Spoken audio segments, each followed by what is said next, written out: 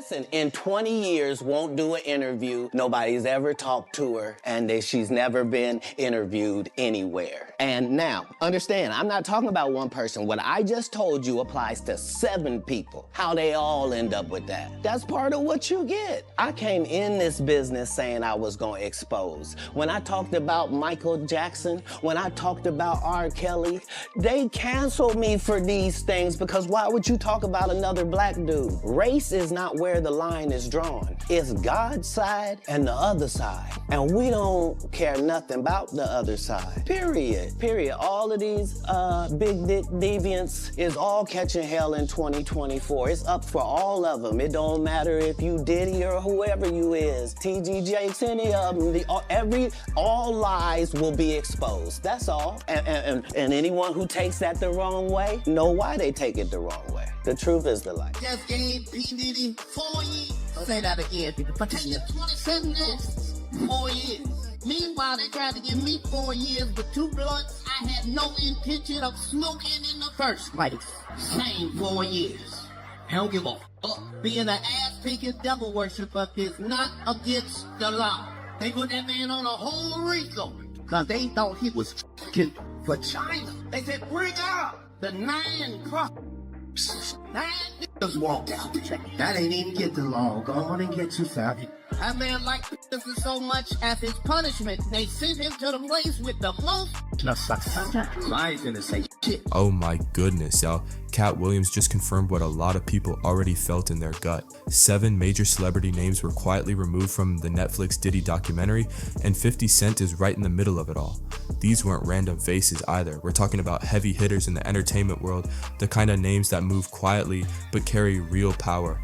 And here's the wild part. Katt called this months ago, long before the documentary ever dropped. This is exactly why people are paying attention now. Katt Williams has officially stepped into the Netflix Diddy documentary chaos, and he's not holding back at all. He's openly pointing fingers at 50 Cent, accusing him of protecting certain individuals and making sure the real players never made the final cut. Everybody knew that Snoop Dogg, not again, mentioned him in December of 2020, but everybody beat the hell out of me. Screw you, that can't be true. What the hell do I know, right? And then recently it just came out again that Snoop Dogg got accused of trafficking children. And what did everybody do? Ooh, Snoop Dogg is at the halftime. I'm going to the halftime. But we canceled Dr. Seuss and Jemima. Nobody mad. Nobody. Super Bowl happened. They were dripping down from the letters. The LVI. I know, but that's fine. It's fine. Let's go to the game. Make some hot wings. It's fine. It'll pass. Right? It's a phase. It's just a phase. Oh no. Tell somebody that plastic straws are coming back and throw a fit. Let a convict get arrested. Somebody put a knee on a convict's neck and it's over. Neck of it held him. Crickets. Crickets. Nothing. Everything's fine. Remember when Katt went on Club Shay Shay and said, all lies will be exposed? Yeah, this is what he meant, and the timing is way too perfect to ignore. In this video, we're breaking it all down. You'll see the 7 names that were completely wiped from the documentary, plus hear directly from Katt Williams himself. We'll explain why these people were allegedly protected, how Katt predicted this whole situation before anyone else even noticed, and the connections between these celebrities and Diddy that Netflix clearly didn't want front and center. And here's where it gets even crazier. There are claims that people tried to bribe 50 Cent to remove certain controversial names from the project, but according to Katt, those names were never going to see daylight anyway. Whether it's unreleased footage or a polished Netflix doc, some people stay untouchable. Period. Now before this really kicks off, let's clear something up right now. We're not even touching the most obvious names like Jay-Z or Beyonce, because those conversations have already been run into the ground. Everyone already knows what's been said about them, so this story moves in a different direction. This all traces back to 2024, when Katt Williams sat down on Club Shay Shay and dropped what sounded like wild talk at the time. During that interview, Katt didn't hesitate. He straight up predicted Diddy's entire collapse. He said Diddy likes to party and warned that somebody had to be strong enough to tell him no. Then he dropped the line that stuck with everyone. All lies will be exposed in 2024. And look where we are now. Katt didn't stop there either. He called out TD Jakes, Diddy, and several others, making it clear that people who hate the truth usually hate it for a reason. That wasn't just talk for clicks. That was a warning shot, Fast forward to today, and 50 Cent is producing the Netflix documentary titled Diddy, The Reckoning.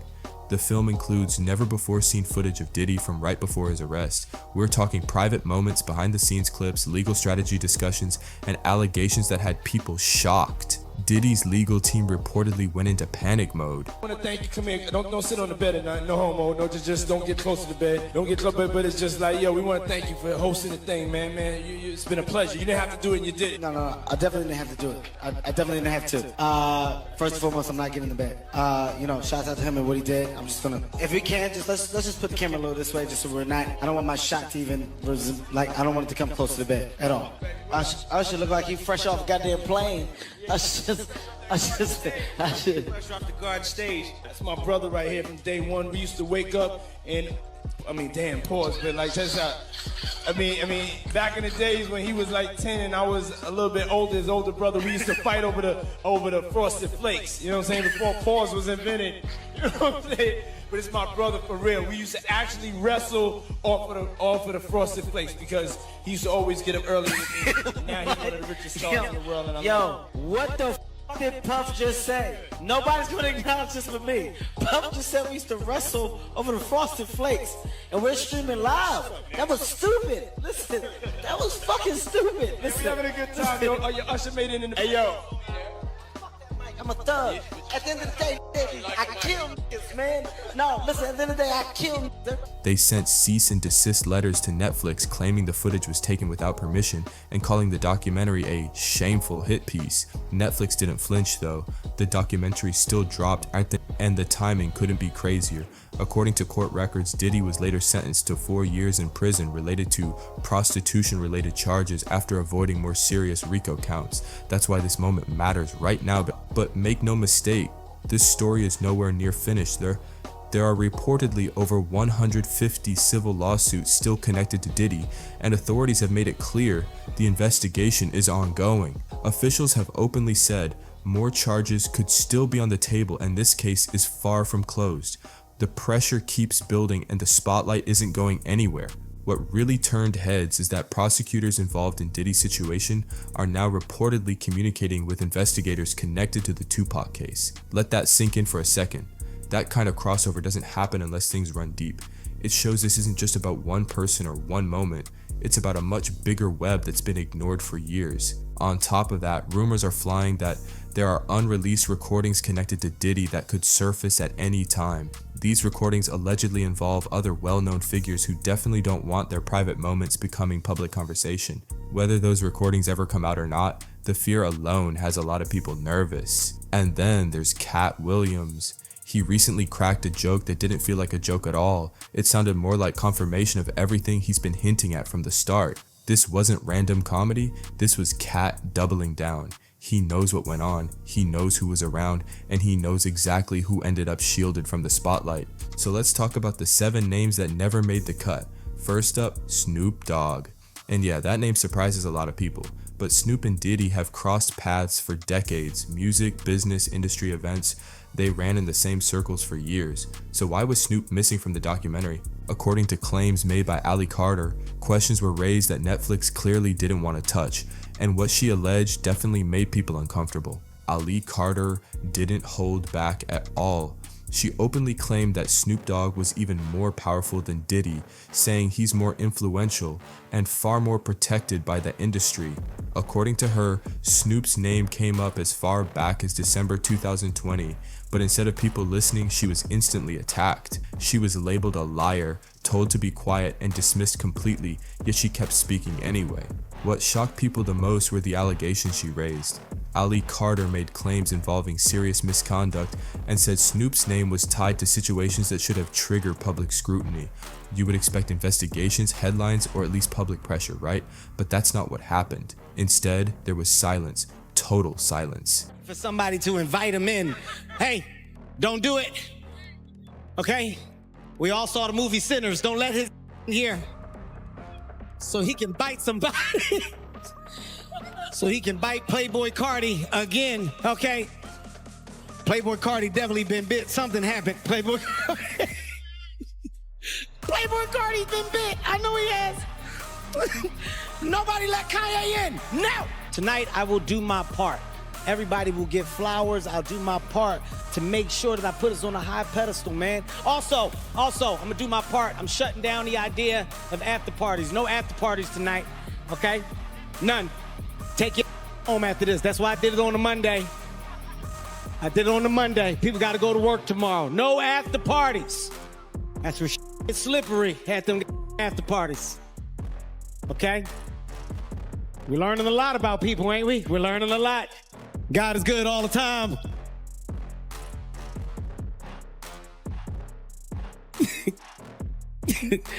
Kurt, that makes it right. Whatever I just said goes away.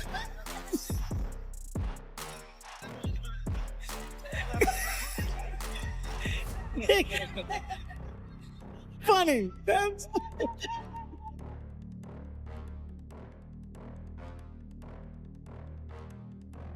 While those claims floated around online, Snoop went on to perform at the Super Bowl halftime show, one of the biggest stages in the country. That contrast is what made people stop and stare.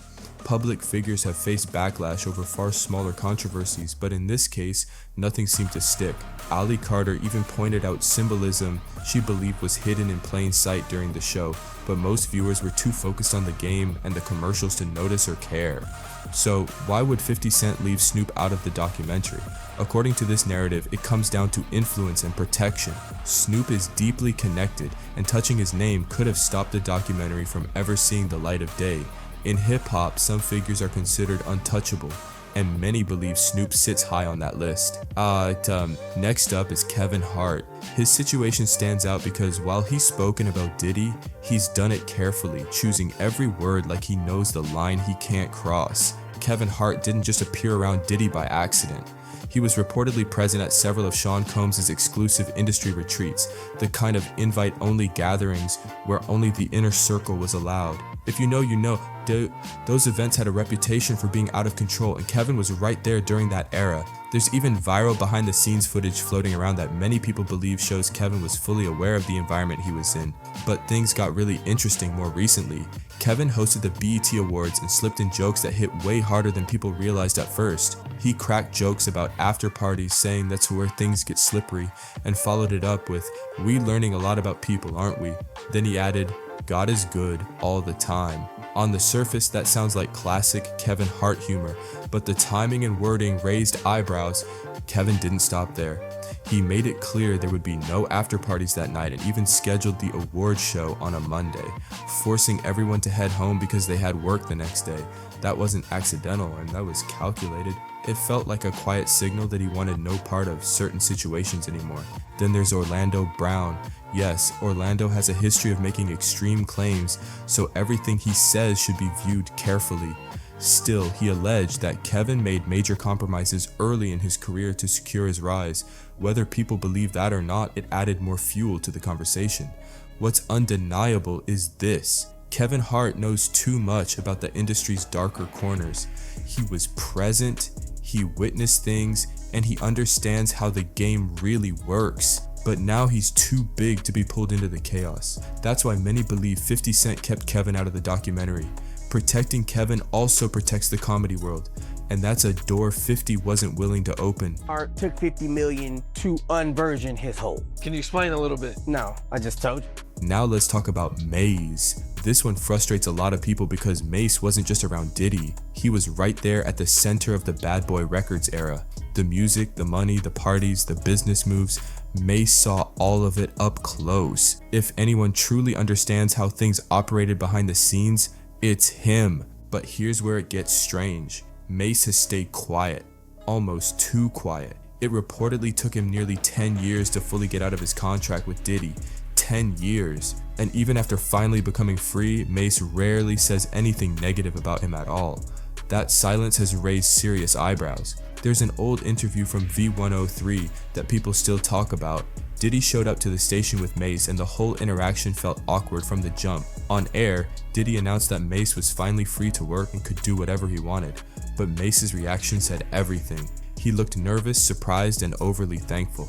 Not relieved, not empowered. Mace even said on air, "It took me 10 years to get this paperwork right here." That line alone spoke volumes. He seemed genuinely shocked that Diddy had returned his publishing rights. Shocked. He even cracked a joke saying he wasn't used to seeing Puff do good stuff. Think about that for a second. This is someone who worked side by side with Diddy for decades. When a person is stunned by a simple fair move, it tells you something about the power dynamic that existed, and that right there is exactly why Mase never made it into the documentary.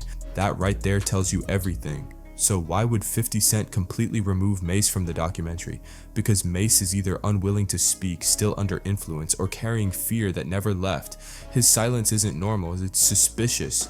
This is someone who knows everything, lived through everything, yet chooses to say nothing at all. Putting Mase in the documentary would have forced uncomfortable questions about why he stays quiet and what kind of leverage might still exist over him. That kind of spotlight would have opened doors nobody wanted open.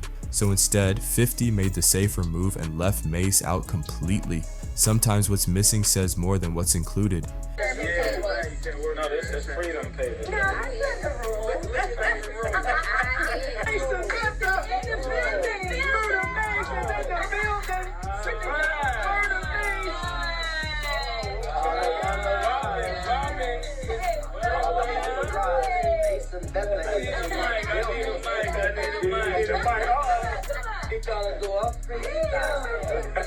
What's up, Mase? Good morning, everybody. Good morning, baby. 4 o'clock, man. Marvin is back in the building. What up, Batman? What up, Mase? How you doing, boy? Better than I look. What's up, Mase? How you been, man? I'm chilling, man. All my cards still work. Just the Puff doing good stuff, you know? Yeah, every once in a while you got to do something good. Now we have to talk about Meek Mill. And to be real, this part gets messy fast. Meek has been connected to Diddy and the top industry circles for years. There have been rumors floating around his name for a long time, but nothing solid enough to stick until recently. And once again, Orlando Brown entered the conversation. Yes, he's known for extreme statements, but he's also called out situations before they hit mainstream attention. This time he made a graphic comment implying that certain experiences can't simply be erased. Wild statement, yes, but it got people talking. After that, Meek's name kept popping up more and more. Then things took an even stranger turn when an audio clip allegedly leaked online. People online claimed the voices in that recording sounded like Meek Mill and possibly Diddy himself. No confirmation, no official proof, just speculation that spread like wildfire. Still, the damage was already done. Once audio rumors hit the internet, perception shifts instantly. And that's exactly why Meek Mill was another name quietly removed from the documentary. Too many questions, too much risk, and too much chaos waiting on the other side. Jaguar Wright, who's been calling out industry secrets for years, stepped in and said she believed the voice in that leaked audio really was Diddy. That clip was described as disturbing and damaging, and once it hit social media, it spread fast. But just as quickly, it disappeared, scrubbed, wiped, gone, which only made people talk even more. So why did 50 Cent cut Meek Mill from the documentary? Simple, legal risk. That audio was never officially verified, including it would have opened the door to massive lawsuits. Meek is still active, still powerful, and still protected by top-tier lawyers and serious money. One wrong move, and Netflix could have been dragged into a legal nightmare. From a business standpoint, 50 chose caution over chaos. Now we get to Justin Bieber, and this situation is completely different. Justin is not being framed as a perpetrator here, he's a victim. Mill came out saying that he'll pay somebody $100 grand to investigate, that he has nothing to do with anything with Diddy. You can't take back what your butthole received. When Justin was very young, he spent time around Diddy, and there are old clips where Diddy talked publicly about having access to Justin for short periods. Watching those videos now makes people uncomfortable, especially knowing how young Justin was at the time. In those old clips, Justin looks uneasy, quiet, and unsure, and that matters. So why isn't Justin featured in the documentary? Because 50 Cent chose to protect him. Dragging Justin into this would have meant reopening wounds that never fully healed. Recently, paparazzi asked Justin about the documentary, and his response stopped people cold. He said, don't ask me about that man ever. He explained that he's moved on for his own peace and doesn't want to relive it. He added, I was a kid, I didn't know anything, I don't ever want to talk about that again. You could hear the pain in his voice. Justin was a child when all of this happened. And that's exactly why his absence from the documentary speaks louder than any appearance ever could. Justin didn't have a choice. He was young, uninformed, and had no idea what kind of environment he was stepping into. Including him in the documentary would have meant reopening something deeply painful that happened to a child. And that would have crossed a line. Even Netflix knows there are places you don't go. Justin is trying to heal and move forward. He's married now, building a family and focusing on his life, not looking back. He doesn't need his trauma recycled for clicks or entertainment. So when 50 Cent chose to leave Justin out, that wasn't about protecting an image. It was about protecting a person. And honestly, that might be the most human decision 50 made throughout this entire project. Next up is Usher, and his story hits just as hard. Usher was one of the first young stars closely associated with Diddy as a teenager during what was called Flavor Camp. This was long before Justin Bieber and before anyone else followed that path. Usher was the prototype, the first test case in that system. Over the years, Usher has hinted at experiences from that time that stayed with him. He's spoken about seeing things he couldn't forget and situations that changed how he viewed the industry. Later on, Usher was the one who introduced Justin Bieber to Diddy, a decision many believe he carries heavy regret over to this day. Meek, real rap. You think that audio that they put out was real? Yeah, that was Nicki put that out there. That Nicki recorded that at the freak off in the Calabasas. She been waiting to drop that shit on Meek. She just wasn't gonna tell nobody it was Diddy. But now that Diddy out there, why not? So why did 50 Cent remove Usher from the documentary? For the same reason Justin was left out. Usher is framed as a victim, not a perpetrator. Dragging him into the spotlight would have meant reopening old wounds instead of exposing wrongdoing. Katt Williams warned everyone about this years ago. He said the industry takes gifted young stars and puts them through experiences that can break them. And looking at Usher's story now, that warning feels painfully real.